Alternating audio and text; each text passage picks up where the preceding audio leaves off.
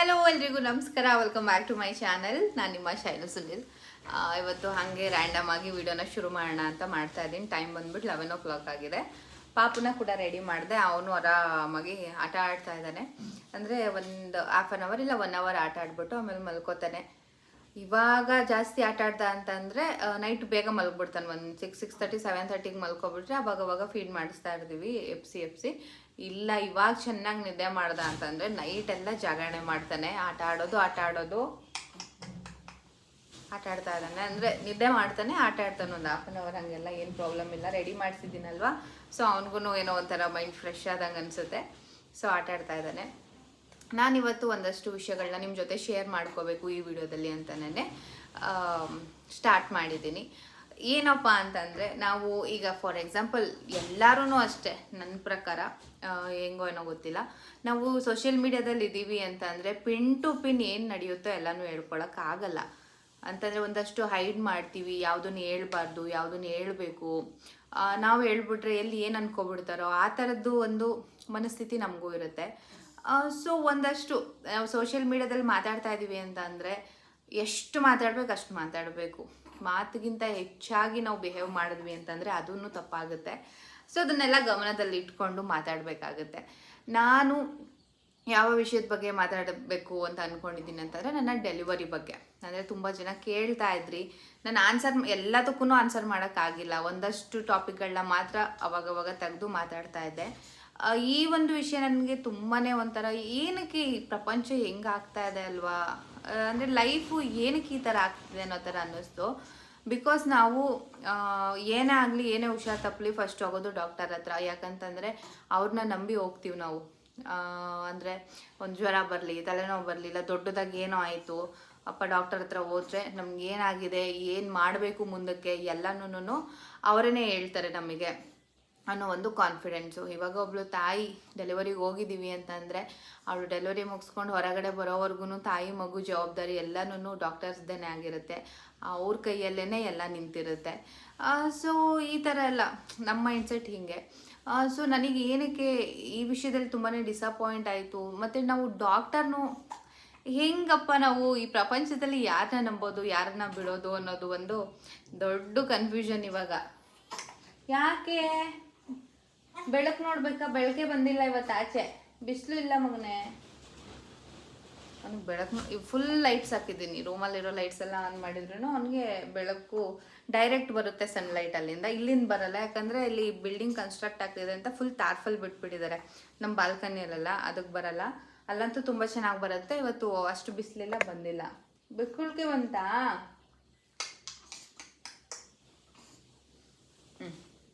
Okay.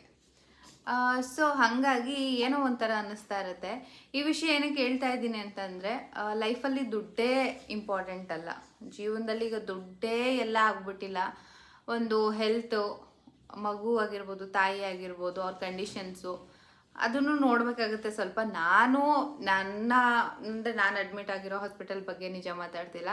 ಯಾಕಂದರೆ ನಾನು ಹೇಳಿರೋ ಹಂಗೆ ಅಲ್ಲಿ ಸ್ಟಾಫ್ಸ್ ಆಗಿರ್ಬೋದು, ಡಾಕ್ಟರ್ಸ್ ಆಗಿರ್ಬೋದು ಎಷ್ಟು ಚೆನ್ನಾಗಿ ನೋಡಿಕೊಂಡ್ರು ಅಂತಂದರೆ, ನಾನು ನೆಕ್ಸ್ಟ್ ಯಾವುದಾದ್ರೂ ವೀಡಿಯೋದಲ್ಲಿ ಒಂದು ವಿಷಯ ಶೇರ್ ಮಾಡಬೇಕು ನಿಮಗೆ, ಅದನ್ನು ಶೇರ್ ಮಾಡ್ತೀನಿ ಹಾಸ್ಪಿಟಲ್ ಬಗ್ಗೆ.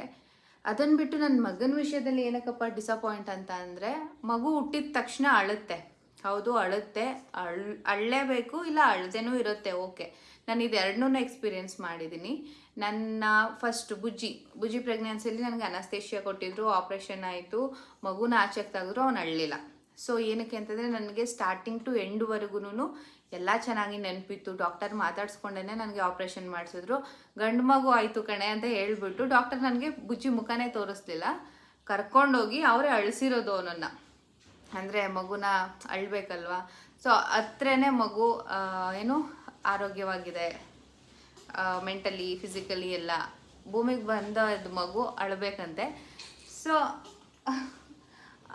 ಅವನು ಆಮೇಲೆ ಹತ್ತಿದ್ದಾನೆ, ಸರಿನಾ? ಆಯಿತು, ಅದೊಂದು ಪಾಯಿಂಟು. ಇನ್ನೊಂದೇನು ಅಂತಂದರೆ, ಆಮೇಲೆ ನನಗೆ ICU ಹಾಕಿದ್ರು. ICU ಹಾಕಿದ್ಮೇಲೆ ನಮ್ಮ ಮಮ್ಮಿ ನೆನ್ನೆ 2 hours ಒನ್ ಟೈಮ್ ನನಗೆ ಕರ್ಕೊಂಡು ಬಂದು ಪಾಪುಗೆ ಫೀಡ್ ಮಾಡಿಸ್ತಾಯಿದ್ರು. ಅಂದರೆ ಫಸ್ಟ್ ತೊಗೊಳ್ಳೋದೇ ಮಗು 5 ml ಕುಡಿಯೋದೇ ಹೆಚ್ಚು. ಸೊ ಫೀಡ್ ಮಾಡಿಸ್ತಾ ಅದು ಅಭ್ಯಾಸ ಆಗುತ್ತೆ. 2 to 3 ಟೈಮ್ಸ್ ಅದು ಸಕ್ ಮಾಡಾದ್ಮೇಲೆ ಫೀಡಿಂಗ್ ಎಲ್ಲ ಬರ್ತಾ ಇದೆ ಅಂದಮೇಲೆ ಅದು ಚೆನ್ನಾಗಿ ಕುಡಿಯೋಕ್ಕೆ ಸ್ಟಾರ್ಟ್ ಆಗುತ್ತೆ. ಅಲ್ಲಿವರೆಗೂ ಕುಡಿಯೋಲ್ಲ. ಅದೇನಾದರೂ ಕುಡ್ದಿಲ್ಲ ಅಂತ ಅಂದರೆ ಫಾರ್ಮುಲಾ ಮಿಲ್ಕ್ ಆಗಿರ್ಬೋದು, ಇಲ್ಲ ತಾಯಿಗೆ ಅದೇ ಅಲ್ಲಿ ಬಂದಿಲ್ಲ ಅಂದರೆ ಫಾರ್ಮುಲಾ ಮಿಲ್ಕ್ ಕೊಡೋದು, ಈ ಥರ ಎಲ್ಲ ಮಾಡ್ತಾರೆ. ಬೈಲಿ ಕಂದ, ಈ ಥರ ಎಲ್ಲ ಮಾಡ್ತಾರೆ. ಒಂದ್ಸರಿ ಅಯ್ಯೋ ಬನ್ನಿ ಬುಕ್ಕುಳ್ಕೆ ಬಂದ್ಬಿಡ್ತಾ, ತಾಚಿ ಮಾಡ್ತೀರಾ ಹಿಂಗೆ ತಾಚಿ ಮಾಡೋಣ ನಾವಿಬ್ಬರು. ತಾಚಿ ತಾಚಿ ತಾಚಿ ತಾಚಿ ತಾಚಿ ತಾಚಿ ಬೇಡ, ಹಿಂಗೆ ಎತ್ಕೋಬೇಕು. ಹಿಂಗೆ ಎತ್ಕೊಂಡ್ರೆ ಖುಷಿ. ಇಲ್ಲಾಂದರೆ ಒಬ್ಬನ್ನೇ ಬಿಟ್ಬಿಟ್ಟು ಮಾತಾಡ್ತಾ ಇದ್ದೀನಲ್ಲ ಅಂತ ಅಂದ್ಬಿಟ್ಟು ಅಳ್ತಾನೆ. ಆಯಿತು, ನೋಡಿ ಎಲ್ಲ ಕಡೆ ನೋಡಿ ನೀವು. ಕಾಲು ಬಿಡಿ.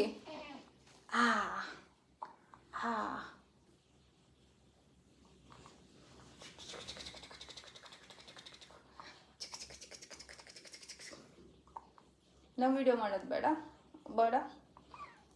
ಬೇಡಪ್ಪ, ನಾವು ವಿಡಿಯೋ ಮಾಡೋದು ಬೇಡ. ಆಟ ಆಡ್ಕೊಂಡೇ ಇರೋಣ ನಾನು ಬೇಬಿ. ಸೊ ಓಕೆ, ಪಾಪುನ ಎಲ್ಲೇ ತೊಡೆ ಮೇಲೆ ಹಾಕ್ಕೊಂಡಿದ್ದೀನಿ. ಏನು ಅಂತಂದರೆ ಇನ್ನೊಂದು ಮಗು, ಅದೇ ಸಕ್ಕಿಂಗ್ ಬಗ್ಗೆ ಹೇಳಿದ್ನಲ್ಲ, ಹಾಲು ಕುಡಿಯೋದನ್ನ ಕಲಿಸ್ಬೇಕು ನಾವೇನೆ. ಹುಟ್ಟದಾನೆ ಮಗು ಕಲ್ತ್ಕೊಂಡು ಬಂದಿರಲ್ಲ, ಅದು ಒಂದು. ಇನ್ನು ಅಕ್ಷಿ ಇನ್ನು ಬೇರೆ ಎಲ್ಲ ಹೇಳಿದ್ರು. ಇನ್ಫೆಕ್ಷನ್ಸ್ ಆಗಿರುತ್ತೆ, ಮತ್ತು ಜಾಂಡಿಸ್ ಅಂತೂ ಮಕ್ಕಳಿಗೆ ಅದು ಸಿಂಪ್ಟಮ್ಸ್ ಇದ್ದೇ ಇರುತ್ತೆ. ಓಕೆ, ಅದಕ್ಕೆಲ್ಲನೂ NICU ಇಟ್ಟು ಟ್ರೀಟ್ ಮಾಡಲಿ. ಓಕೆ, ಅದು ನೋ ಪ್ರಾಬ್ಲಮ್, ನನಗೆ ಏನೂ ಇದಾಗಲಿಲ್ಲ. ಇನ್ಫೆಕ್ಷನ್ಸು ಬುಜ್ಜಿಗೂ ಇತ್ತು, ಅವನಿಗೂ ಇಷ್ಟು ಕೌಂಟ್ಗಿಂತ ಜಾಸ್ತಿ ಇತ್ತು ಬ್ಲಡ್ಡಲ್ಲಿ. ಸೊ ಆ್ಯಂಟಿಬಯೋಟಿಕ್ ಶುರು ಮಾಡಿದರು, ಮತ್ತು ಜಾಂಡಿಸ್ಗೂ ಅವನ್ನ ಇಟ್ಟಿದ್ರು. ಓಕೆನಾ.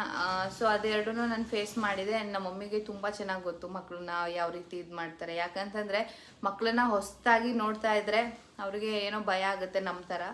ಆದರೆ ಅವರ 6 ಜನ ಅಕ್ಕ ತಂಗಿರು ಅವ್ರ ಮಕ್ಳುಗಳನ್ನ ನೋಡಿರ್ತಾರೆ. ಇನ್ನು ನಾನು ನನ್ನ ತಮ್ಮ ಹುಟ್ಟಿದ್ದೀವಿ, ಎತ್ತಿ ಆಡಿಸಿರ್ತಾರೆ, ಮೊಮ್ಮಗನ್ನ ನೋಡಿದ್ದಾರೆ ಫಸ್ಟು. ಇದನ್ನೆಲ್ಲ ನೋಡಿ ಅವ್ರಿಗೆ ಎಕ್ಸ್ಪೀರಿಯೆನ್ಸ್ ಆಗಿರುತ್ತೆ. ಏನು ರಿಪೀಟ್ ಆಗ್ತಾ ಇರುತ್ತೆ. ಜಾಂಡಿಸ್ದಾಗಿರ್ಬೋದು, ಬ್ಲಡ್ ಇನ್ಫೆಕ್ಷನ್ಸ್ ಅಂದರೆ ಇನ್ಫೆಕ್ಷನ್ಸ್ ಆಗಿದೆ ಬ್ಲಡ್ಡಲ್ಲಿ ಅಂತ ಹೇಳೋದಾಗಿರ್ಬೋದು, ಈ ಥರದ್ದೆಲ್ಲ ಅವ್ರಿಗೆ ಗೊತ್ತು.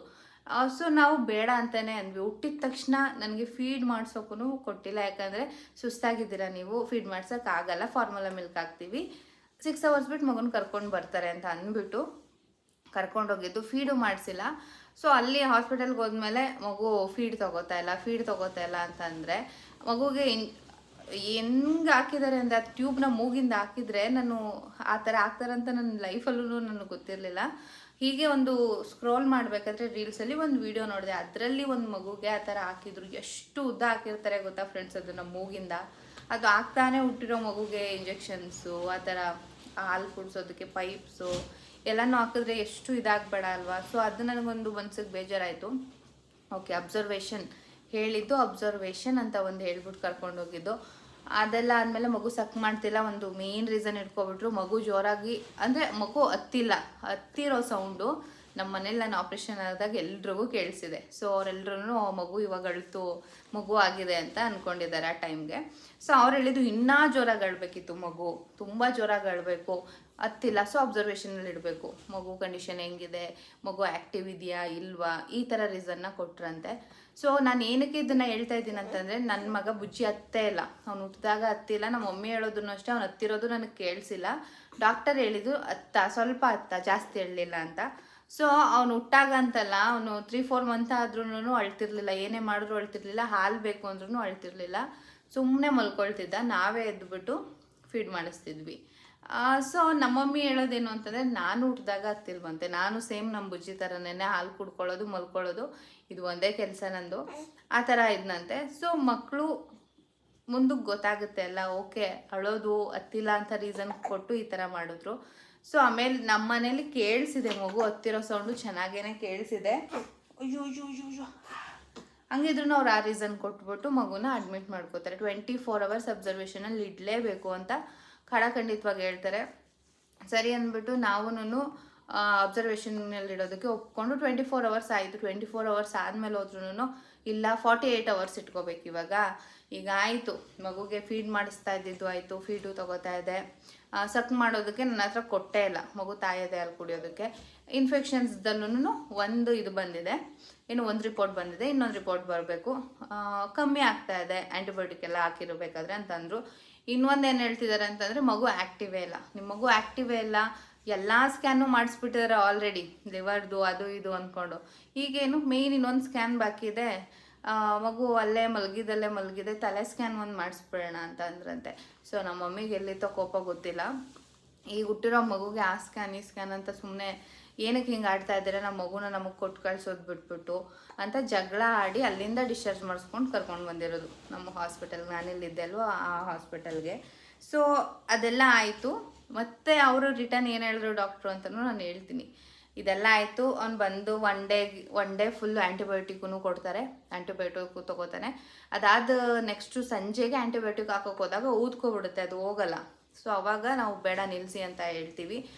ನರ ಸಿಗ್ತಾ ಇಲ್ಲ, ಮತ್ತು ಇಂಜೆಕ್ಷನ್ ಹಾಕಬೇಕು ಮಗುಗೆ ತೆಗೆದುಬಿಟ್ಟಿದ್ದನ್ನು ಅಂತ ನಾವು ಅದಕ್ಕೂ ಬೇಡ ಅಂತ ಹೇಳ್ತೀವಿ. ನೆಕ್ಸ್ಟ್ ಡೇಗೆ ರಿಪೋರ್ಟ್ ಬರುತ್ತೆ, ಎಲ್ಲ ನಾರ್ಮಲ್ ಬಂತು. ರಿಪೋರ್ಟಲ್ಲಿ ಏನು ಇನ್ಫೆಕ್ಷನ್ಸು ಅದು ಇದು ಅಂತ ಹೇಳಿದ್ರು, ಎಲ್ಲ ನಾರ್ಮಲ್ ಬಂತು.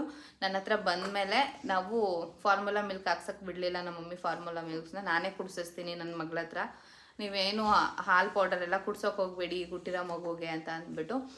ಎಷ್ಟು ಬಾಡ್ಕೊಂಡಿದ್ದ ಅಂತಂದರೆ, ಮಕ್ಕಳು ಹುಟ್ಟಿದಾಗ ಹೆಂಗಿರ್ತವೆ, ಒನ್ ಡೇ NICUಗೆ ಹೋಗಿ ಬಂದ ತಕ್ಷಣ ಬಾಡೋಗ್ಬಿಟ್ಟಿದ್ದ ಅವನು. ಅದನ್ನು ನೋಡ್ಬಿಟ್ಟೇ ನಮ್ಮ ಮಮ್ಮಿ ಏನು ಬೇಡವೇ ಬೇಡ, ನಾವು ಫೀಡ್ ಮಾಡಿಸ್ತೀವಿ ಅಂತ ಅಂದ್ಬಿಟ್ಟು ಒಂದು 3 ಸಲ ಫೀಡ್ ಮಾಡಿಸಿದ್ರು ಕುಡಿಲಿಲ್ಲ. ನೆಕ್ಸ್ಟ್ ಟೈಮಿಂದ ಅವನೇ ಕೊಡೋದು ಆರಾಮಾಗಿ. ಸೊ ಅದೊಂದು ಸಾಲ್ವ್ ಆಯಿತು. ಇನ್ನು ನನ್ನ ಡಿಸ್ಚಾರ್ಜ್ ದಿನ ಅಂದರೆ 3ನೇ ದಿನ ನನ್ನ ಡಿಸ್ಚಾರ್ಜ್ ಇತ್ತು. ಆವಾಗ ಡಿಸ್ಚಾರ್ಜಲ್ಲಿ ಎಲ್ಲ ರಿಪೋರ್ಟು ಬಂತು ಪಾಪುದು. ಲಾಸ್ಟ್ ಮಕ್ಕಳು ಡಾಕ್ಟರ್ ಬಂದು ಏನು ಹೇಳಿದ್ರು ಅಂತಂದರೆ, ಎಲ್ಲ ನಾರ್ಮಲ್ ಇದೆ, ಎಲ್ಲ ಸ್ಕ್ಯಾನು ನಾರ್ಮಲ್ ಇದೆ ಮೇಡಮ್, ನಿಮ್ಮ ಮಗುಗೆ ಯಾವುದೇ ರೀತಿ ಇನ್ಫೆಕ್ಷನ್ಸ್ ಇತ್ತಲ್ಲ ಅದು ಸಾಲ್ವ್ ಆಗಿದೆ, ಮಗು ತುಂಬಾ ಆ್ಯಕ್ಟಿವ್ ಆಗಿದೆ, ಮೆಂಟಲಿ ಫಿಸಿಕಲಿ ಎಲ್ಲ ತುಂಬಾ ಚೆನ್ನಾಗಿದ್ದಾನೆ, ಯಾವುದೇ ರೀತಿ ಪ್ರಾಬ್ಲಮ್ ಇಲ್ಲ ನಿಮ್ಮ ಮಗುಗೆ. ಹೌದು, ಓಕೆ ಸರ್ ಆಯಿತು, ಎಲ್ಲ ನಾರ್ಮಲ್ ಇದೆಯಾಗ, ಏನೂ ಪ್ರಾಬ್ಲಮ್ ಇಲ್ವಾ? ಹೌದು, ಏನೂ ಪ್ರಾಬ್ಲಮ್ ಇಲ್ಲ, ಎಲ್ಲ ನಾರ್ಮಲ್ ಇದೆ. ಇನ್ನು ಒಂದೇ ಒಂದು ಟೆಸ್ಟ್ ಮಾಡಬೇಕಾಗಿದೆ, ಅದು ಒಂದು ಪೆಂಡಿಂಗ್ ಅಂತ. ಏನು ಒಂದು ಇದಕ್ಕೆ, ಅದು ಜಾಂಡಿಸ್ ಸಿಮ್ಟಮ್ಸು ಯೆಲ್ಲೋ ಕಲರ್ ಇದೆ ಅಲ್ವಾ, ಅದು ಎಲ್ಲ ಮಕ್ಳಿಗೂ ಇರುತ್ತೆ, ಬಟ್ ಇವ್ನಿಗೆ ಸ್ವಲ್ಪ ಜಾಸ್ತಿ ಇದೆ ಅಂತ ಅನಿಸುತ್ತೆ, ಬನ್ನಿ ಅದೊಂದು ಬ್ಲಡ್ ಚೆಕಪ್ ಮಾಡಿಸ್ಕೊಂಡು ಹೋಗ್ಬೋಣ ಅಂತ ಅಂದರು. ಅಯ್ಯೋ ಎಷ್ಟು ಹೇಳೋದು ನೀನು, ಎಷ್ಟು ಗಲಾಟೆ ಅನ್ಕೋತಾರೆ ಆಮೇಲೆಲ್ಲ. ಸೊ ಹಂಗಂದಿದ್ದಕ್ಕೆ ನಮ್ಮ ಮನೇಲಿ ಅಂದ್ವಿ, ಈಗ ಡಿಸ್ಚಾರ್ಜ್ ಮಾಡಿಸ್ಕೊಂಡು ಹೋಗ್ತಾ ಇದ್ದೀವಿ, ನಾಳೆ ಬಂದು ಬ್ಲಡ್ ಸ್ಯಾಂಪಲ್ ಎಲ್ಲ ಕೊಟ್ಟು ನಾವು ಟೆಸ್ಟ್ ಮಾಡಿಸ್ತೀವಿ ಸರ್, ನೋ ಪ್ರಾಬ್ಲಮ್ ಅಂತ ಹೇಳಿದ್ವಿ. ಯಾಕಂದರೆ ಅಯ್ಯೋ ಅಯ್ಯೋ ಅಯ್ಯೋ ಅಯ್ಯೋ ಹುಟ್ಟಿದ ಮಗುವಿಂದನೂ ಜಾಂಡೀಸ್ ಇದ್ದೇ ಇರುತ್ತೆ. ಸೊ ಅದಕ್ಕೆ ಏನು ಮಾಡಬೇಕು ಅಂತ ಡಾಕ್ಟರ್ಸೇ ಹೇಳ್ತಾರೆ, ಚೆನ್ನಾಗಿ ಫೀಡ್ ಮಾಡಿಸ್ಬೇಕು ಮತ್ತು ಬೆಳಗ್ಗೆ ಬಿಸಿಲನ್ನ ಕಾಯಿಸ್ಬೇಕು ಅಂತ. ನಾವು ಮನೆ ಕರ್ಕೊಂಡು ಬಂದುಬಿಟ್ಟು ಕಂಟಿನ್ಯೂಸ್ ಹಾಗೆ ಮಾಡಿದ್ದು. ಇವಾಗ ಏನೂ ಇಲ್ಲ, ಅದು ಕಲರ್ ಟರ್ನ್ ಆಗಿ ಅದು ರಕ್ತ ಎಲ್ಲ ಉಡ್ಬೇಕು ಮಕ್ಕಳಿಗೆ ಅಂತ ಹೇಳ್ತಾರೆ, ಹೊಸ ರಕ್ತ ಇಲ್ಲ.